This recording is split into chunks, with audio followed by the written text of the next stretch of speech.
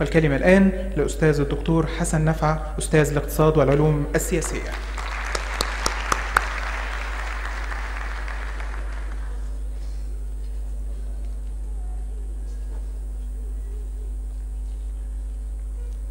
السلام عليكم جميعا ورحمة الله وبركاته. بسم الله الرحمن الرحيم. أود أولا أن أترحم على أسر الشهداء،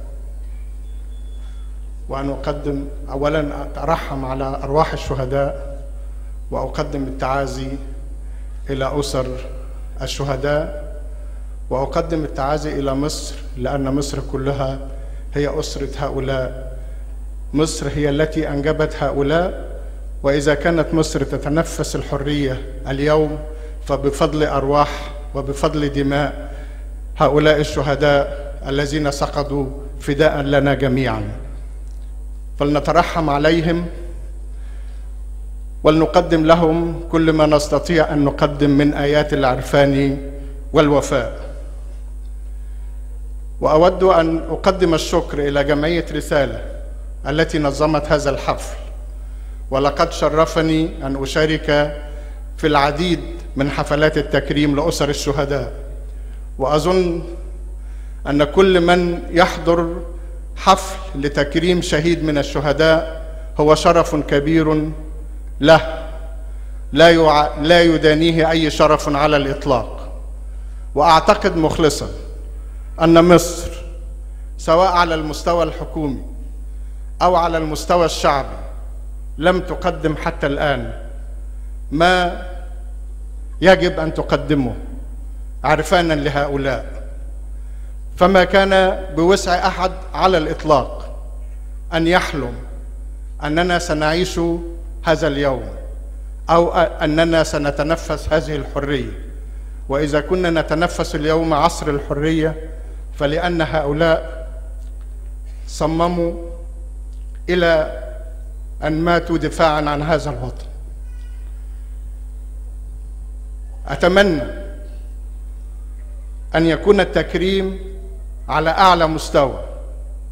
أقدر كل جمعية وكل مؤسسة من مؤسسات المجتمع المدني حين تبادر لتقديم التحية ولتقديم الوفاء إلى هؤلاء الشهداء، ولكني أحس وأقولها ليس ادعاء لبطولة ولا مزايدة على أحد، أنني أريد أن أشهد احتفالا رسميا يحضره رئيس المجلس الأعلى للقوات المسلحة ويحضره رئيس الحكومة ليقدم التحية الرسمية والواجبة إلى كل شهيد سقط.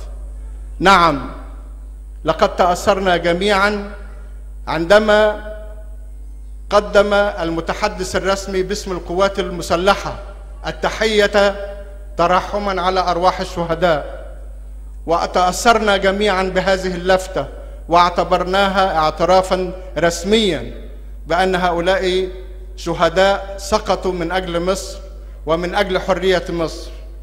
لكنني أنتظر اليوم الذي يقام فيه حفلا رسميا كبيرا يحضره كما قلت رئيس المجلس الأعلى للقوات المسلحة ورئيس الحكومة لتقدم الدولة المصرية اعترافا رسميا بأن هؤلاء سقطوا دفاعا عن مصر.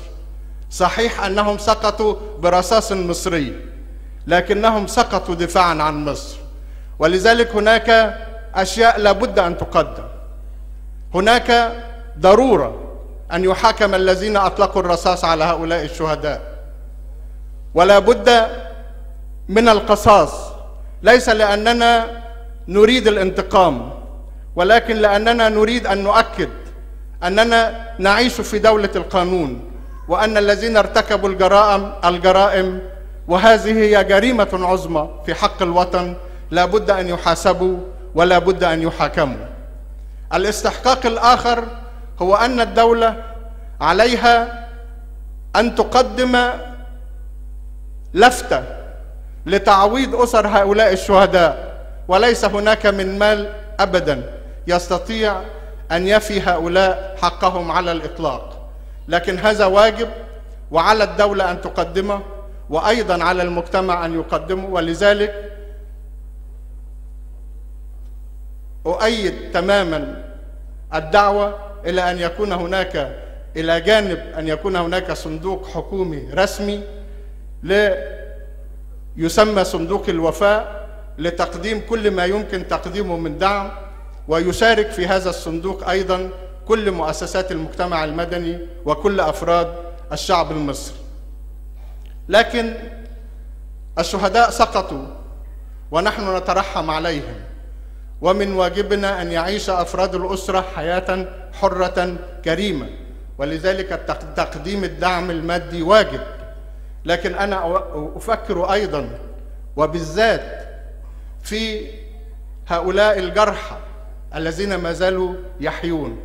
بعض هؤلاء للأسف الشديد لم يلقى العلاج الواجب ولم يلقى العناية الواجبة، وأنا أعرف أن هناك أسماء كبيرة ورجال أعمال تحاول تقديم العون وتحاول إرسال بعض من يستحق إلى الخارج لتقديم العلاج اللازم، لكن هناك أسر كثيرة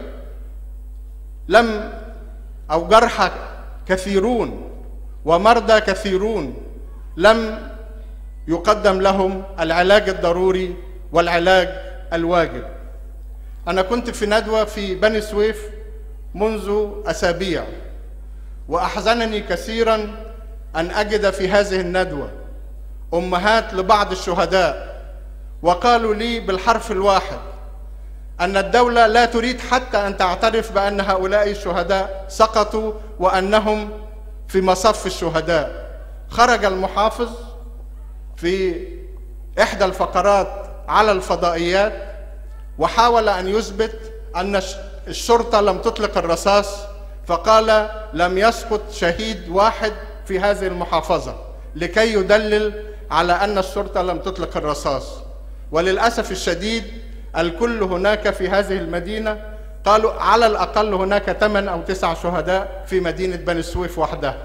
ولذلك هناك قبل أي شيء ضرورة قصوى لكي يكون هناك سجل كامل وواضح بأسماء الشهداء وأسماء الجرحى، وأن يكون هناك التزام رسمي على أعلى مستوى للاعتراف أولا بهؤلاء الشهداء، وبتقديم الدعم الواجب لهم، وبتقديم العناية والرعاية اللازمة لكل المرضى ولكل الجرحى، وهؤلاء يستحقون رعاية أفضل، ولا بد أن تعالجهم الدولة على حسابها، وأن تضمن لهم حياة حرة كريمة، وأن يحظوا بالأولوية وبالرعاية في الأمور المتعلقة بالتعليم وبالرعاية الصحية وبالتوظيف إلى آخره.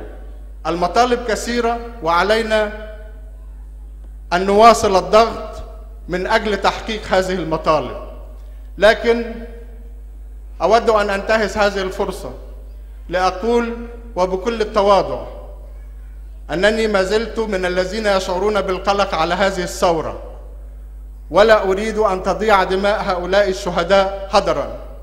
ولذلك الواجب الحقيقي تجاه أرواح هؤلاء الشهداء هو أن نصر جميعا على مواصلة هذا العمل الثوري إلى أن تتحقق كل أهداف الثورة. هذا سيكون أجمل تكريم لروح الشهداء. والسلام عليكم ورحمة الله.